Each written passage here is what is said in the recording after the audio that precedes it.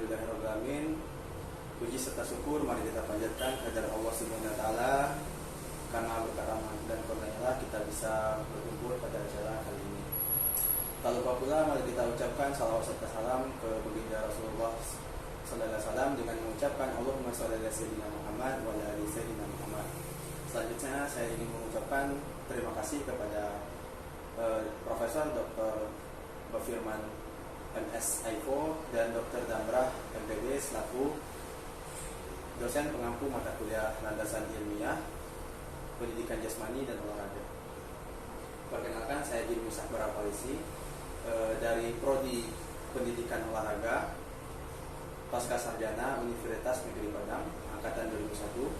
Di sini saya sebagai pemateri akan memberikan sedikit materi tentang Domain of Physical Education and Sport, yaitu kognitif, psikomotor, dan afektif. Seperti yang kita ketahui bersama bahwa pendidikan itu terdiri dari dua macam. Yang pertama pendidikan formal dan pendidikan informal. Nah, sedangkan pendidikan jasmani dan olahraga itu termasuk pada pendidikan formal karena diajarkan pada setiap jenjang, ya, baik itu sekolah dasar hingga ke perguruan tinggi.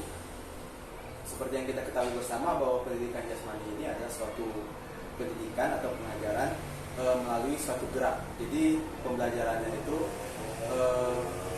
diberikan oleh seorang pendidik melalui gerak.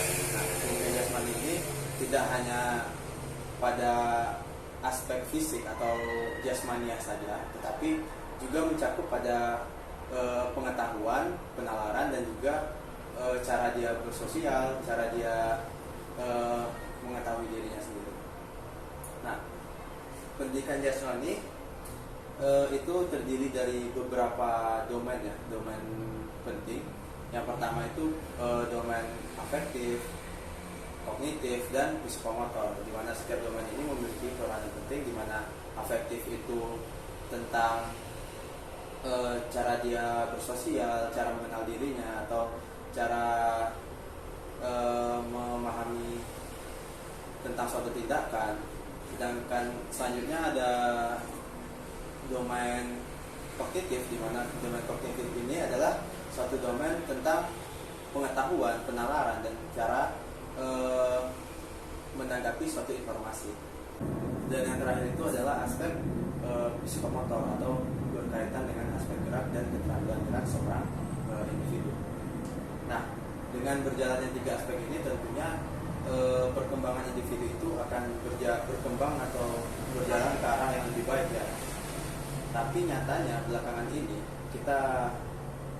masalah yang kita hadapi itu adalah tentang permasalahan-permasalahan dari remaja dan peserta didik itu yang sering melakukan penyimpangan pada masyarakat. Contohnya seringnya berita tentang tawuran, tentang kekerasan, tentang omongan-omongan yang kasar sering kita dengar, dan juga tentang bahkan peserta didik itu sekarang berani untuk melawan seorang guru, orang tua, dan bahkan melecehkan temannya juga. Nah, permasalahan-permasalahan ini tentunya bisa terjadi apabila seorang pendidik itu tidak mengerti atau tidak mengimplementasikan tiga domain pendidikan jasmani ini dalam pembelajarannya. Nah, atau juga bisa terjadi apabila peserta didik ini tidak tahu cara agar pembelajaran atau domain ini tersalurkan dengan efektif kepada peserta didik. Nah,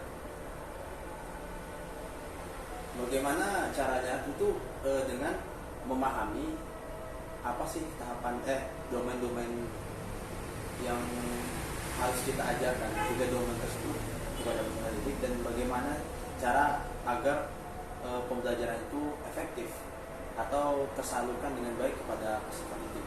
Nah, pada kali ini saya akan menjelaskan pertama, untuk memahami hal tersebut tentu kita harus memahami terlebih dahulu apa itu domain pendidikan jasmani. Nah, pendidikan jasmani itu tiga domain, ya. Tadi sudah saya jelaskan sedikit tentang tiga domain itu. Yang pertama itu ada domain kognitif atau domain yang berkaitan tentang kegiatan mental atau otak, seperti pengetahuan, pemahaman, seperti itu ya. Nah, pada domain kognitif ini terbagi lagi menjadi beberapa tahapan. Yang pertama itu, tahapan pertama adalah pengetahuan atau tahapan di mana peserta didik atau individu itu menerima suatu informasi dari guru. Contoh di dalam olahraga itu, misal guru menjelaskan tentang suatu teknik dalam senam lantai tentang guling depan. Nah, di sini siswa mendapat informasi itu, pengetahuannya tentang apa itu guling depan, cara melakukan guling depan, terus apa saja alat-alat yang digunakan guling depan.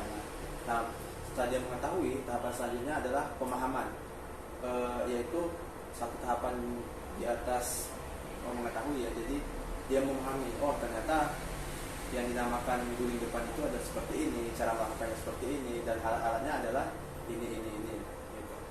Selanjutnya, setelah dia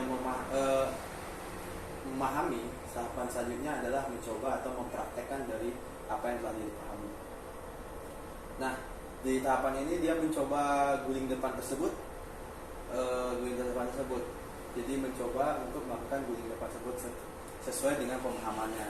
Nah, setelah dia mencoba, tahapan selanjutnya adalah menganalisis dari gerakan tersebut. Setelah dia melakukannya, ternyata ada sesuatu yang mengganjal. Misalnya setelah dia melakukan guling depan, ternyata badannya mereng ke kanan atau ke kiri, bukan ke depan gitu. Dia menganalisis, oh ternyata karena tumpuan saya salah atau jatuhan saya salah gitu. Tahapan selanjutnya adalah mengkreasikan gerak tersebut. Jadi permasalahan yang diterima yang dialaminya, dia pecahkan sendiri dengan cara mengkreasikan gerak tersebut. Oh ternyata saat saya salah itu pundak saya yang terkena duluan kepala, bukan tengkuk. Nah, jadi dia mengkreasikan. Dan setelah dia melakukan tahapan itu, tahapan terakhir yaitu mengevaluasi dari gerak tersebut. Ternyata setelah dia melakukan geraknya, setelah dia mencoba, setelah dia berkreasi, dia akan mengevaluasi gerakan yang diterima atau informasi yang diterima. Ternyata melakukan guling depan itu seperti ini, jangan permasalahan seperti ini, apa saja yang menjadi kendala, bagaimana memecahkan kendalanya, seperti itu ya.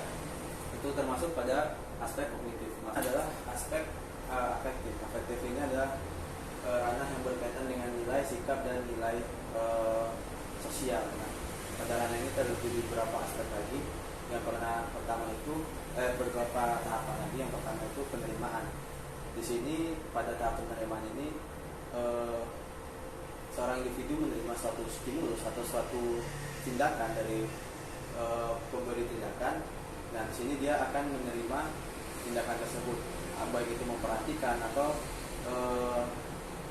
menilai dari tindakan tersebut. Nah, selanjutnya adalah pemberian respon.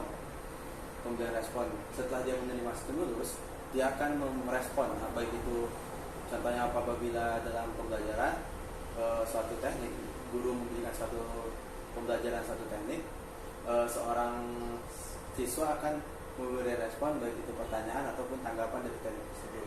Nah, setelah dia melakukan tahapan respon, masuk ke tahapan penilaian. Apakah dari suatu yang dia terima itu mau dia terima atau akan dia tolak informasi yang diterimanya. Nah, seperti itu ya. Itu aspek afektif. Dan kita masuk yang terakhir adalah aspek psikomotor atau aspek gerak. Ranah psikomotor ini berkaitan dengan keterampilan, skill, kemampuan bertindak setelah seseorang menerima pengalaman belajar tertentu. Nah, pada aspek psikomotor ini terbagi lagi menjadi beberapa tahapan. Yang pertama itu adalah tahapan meniru atau mencoba yang telah informasi yang diberikan. Contoh seperti guru mempraktekkan gerakan lempar atas. Nah, siswa mencoba atau menirukan gerakan tersebut sesuai dengan arahan guru. Nah, yang terakhir itu adalah ranah psikomotor atau ranah yang berkaitan dengan keterampilan skill atau kemampuan bertindak setelah seseorang menerima pengalaman pembelajaran tertentu. Nah, contohnya pada tahapan psikomotor ini terbagi beberapa tahapan ya. Yang pertama itu ada tahapan peniruan. Nah, pada tahapan peniruan ini seorang individu menerima suatu informasi dari, contohnya pada seorang siswa menerima informasi dari seorang guru, misalnya dari suatu gerakan misalnya gerakan melempar bola, kan, lempar atas. Nah, setelah siswa memperhatikan gerakan tersebut, siswa menirukan atau mencoba gerakan itu sesuai dengan apa yang diarahkan oleh seorang guru. Nah, setelah siswa tahapan menirukan itu masuk ke tahapan analisis atau tahapan ya analisis itu ya. Jadi dia akan menganalisis apa sih kekurangan dari gerakan yang dia lakukan, bagaimana cara agar gerakan ini tidak salah lagi. Nah, seperti itu yang menganalisis. Nah, masuk ke tahapan yang ketiga, yaitu tahapan ketetapan, di mana pada tahapan ini siswa menetapkan bagaimana gerakan harus yang benar setelah dia mencoba tadi. Oh, ternyata gerakan ini seperti yang benarnya. Nah, dia harus menetapkan gerakan itu terus. Nah, pada tahapan selanjutnya adalah tahapan menyusun gerak itu tersebut, menyusun geraknya. Jadi setelah dia mencoba terus, dia akan menyusun pada tahapan selanjutnya itu menyusun gerakan itu. Gerakan pertama harus seperti ini, selanjutnya seperti ini, dan selanjutnya seperti ini. Nah, seperti itu. Nah, setelah dia menyusun itu, melakukannya terus, maka akan masuk kepada tahapan otomatis gerak ya. Jadi gerak itu akan berjalan dengan sendirinya tanpa dia memikirkan tahapan-tahapan yang sebelumnya itu ya. Jadi seperti melempar, otomatis sudah melakukan lemparan atas gitu dengan benar karena sudah sering dilakukannya. Nah, itulah beberapa 3 jenis domain pendidikan dalam pendidikan jasmani. Nah, untuk menerapkan 3 domain pendidikan jasmani ini, tentu kita harus mengerti bagaimana sih cara efektif untuk mengajarkan 3 domain ini dalam pembelajaran pendidikan jasmani. Nah, efektivitas pendidikan pengajaran pendidikan jasmani ini ditentukan oleh dua hal ya.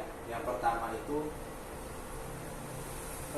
agar pembelajaran efektif itu tingginya waktu efektivitas belajar. Jadi waktu efektivitas belajar itu harus tinggi daripada waktu menunggu.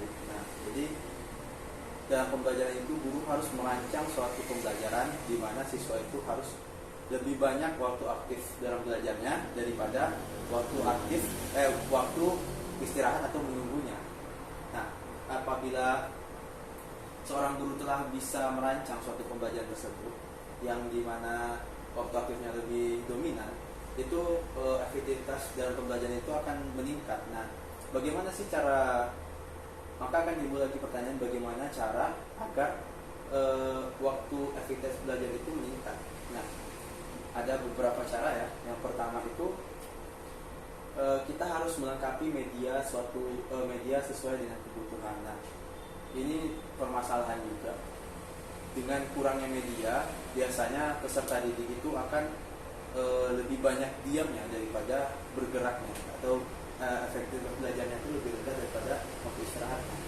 Contoh misalnya kita akan mempelajari suatu gerakan bola kecil, materinya tenis kasti, di mana ada materi tentang lempar. Nah, apabila biasanya di sekolah dasar seperti sekolah saya itu satu rombong belajar atau satu kelasnya itu bisa hampir 40 siswa, 38 siswa atau 40 siswa dalam satu kelasnya. Nah, jadi dalam pembelajaran itu, sedangkan media yang kita punya di sekolah itu seperti bola kasti itu hanya ada belasan, tidak sampai puluhan. Kalau kita 40 siswa itu bagi dua, berarti harus 20-an lah bola kastinya yang dibutuhkan. Tapi ternyata kurang medianya. Nah, bagaimana cara mensiasatinya? Itu kita menggunakan modifikasi media pembelajaran. Contoh seperti bola kasti tadi, itu kita bisa buat dari kumpulan kain perca atau kain bekas. Itu kita bungkus dengan plastik dan kita tutup dengan terus kita bulatkan dengan lakban tersebut, seperti ya menyerupai bola kasti. Mungkin tidak sesuai, tidak percis seperti bola kasti, tetapi setidaknya anak itu tidak banyak diamnya dan pembelajaran materi yang kita berikan itu tersampaikan dengan baik. Nah, itu ya contohnya. Selanjutnya disajikan pada awal waktu. Nah, hal ini sangat penting ya. Kenapa? Seperti yang kita ketahui bahwa di sekolah itu pendidikan jasmani harus menggunakan baju olahraga atau pakaian training gitu ya. Jadi biasanya jika pendidikan jasmani PJOK ini diletakkan pada waktu pertengahan, maka waktu itu akan terbuang untuk siswa menukar baju atau menukar pakaian yang sudah habis sekitar 1 jam hampir 1 jam pembelajaran gitu kan. Selain itu berfungsi juga untuk agar siswa itu masih semangat dalam pembelajaran, karena kita ketahui bersama bahwa pendidikan jasmani ini adalah pendidikan melalui gerak atau fisiknya, jadi aktivitas fisik. Nah, jika diletakkan pada pertengahan waktu atau di akhir waktu, tentu kesegaran siswa itu sudah berkurang. Nah, tentu pelajaran tidak akan efektif. Yang terakhir, disajikan dengan menyenangkan. Nah, ini harus menjadi perhatian ya. Kenapa? Karena pada pendidikan jasmani itu kita tidak mengajarkan suatu teknik atau tidak mengajarkan siswa itu harus pandai suatu teknik, tetapi siswa itu lebih mengetahui saja. Nah, jadi pembelajaran itu kita bukan fokus ke tekniknya, tetapi teknik itu kita rangkai membentuk suatu aktivitas yang menyenangkan. Nah, aktivitas menyenangkan ini bisa contohnya seperti permainan. Contoh, misalnya kita materinya adalah bola voli, servis bawah gitu kan. Servis bawah. Nah, kita rangkai coba dengan permainan yang tetapi ada gerakan-gerakan yang seperti servis bawah. Contoh seperti ada namanya itu permainan bola beracun. Nah, di mana ada tim pelempar dan ada tim menghindar. Nah, kan tim pelempar tugasnya adalah melempar tim menghindar. Nah, tim menghindar caranya bisa menghindari bola atau dengan menangkis bola seperti servis bawah gitu ya. Servis bawah. Pembelajaran kita rangkai seperti ini akan menimbulkan kesenangan kepada siswa. Jadi siswa itu tidak seperti mempelajari teknik dengan terpaksa, tetapi secara tidak langsung dengan permainan dia belajar suatu teknik. Otomatisasinya di situ, secara tidak langsung kita ajarkan dia ya dengan teknik tersebut. Nah, itu beberapa hal yang harus mungkin bisa menjadi cara agar pembelajaran di sekolah itu efektif, dan harapannya tentu tiga domain pendidikan jasmani itu dapat tersampaikan dengan baik ya. Nah, kesimpulan, jadi permasalahan tersebut tadi bisa kita pecahkan dengan cara mengerti dulu terlebih dahulu apa sih domain pendidikan jasmani itu, apa aja yang menjadi tahapan-tahapan kita untuk mengajarkan domain itu, dan bagaimana cara kita menyajikan domain itu secara efektif dalam pembelajaran pendidikan jasmani. Nah, seperti yang sudah dijelaskan tadi, ada beberapa tahapan dan apa saja yang harus kita perhatikan dalam menyampaikan suatu materi pendidikan jasmani. Tentu tujuannya untuk mengembangkan mengembangkan suatu kemampuan seorang individu, dan juga mengembangkan sumber daya manusia yang ada di negara kita ini. Mungkin sekian pemaparan materi dari saya. Mohon maaf bila ada kesalahan. Sekian dari saya ucapkan terima kasih. Mengakhiri dari materi ini, mari kita ucapkan alhamdulillahirabbil alamin. Sekian dari saya, terima kasih. Assalamualaikum warahmatullahi wabarakatuh.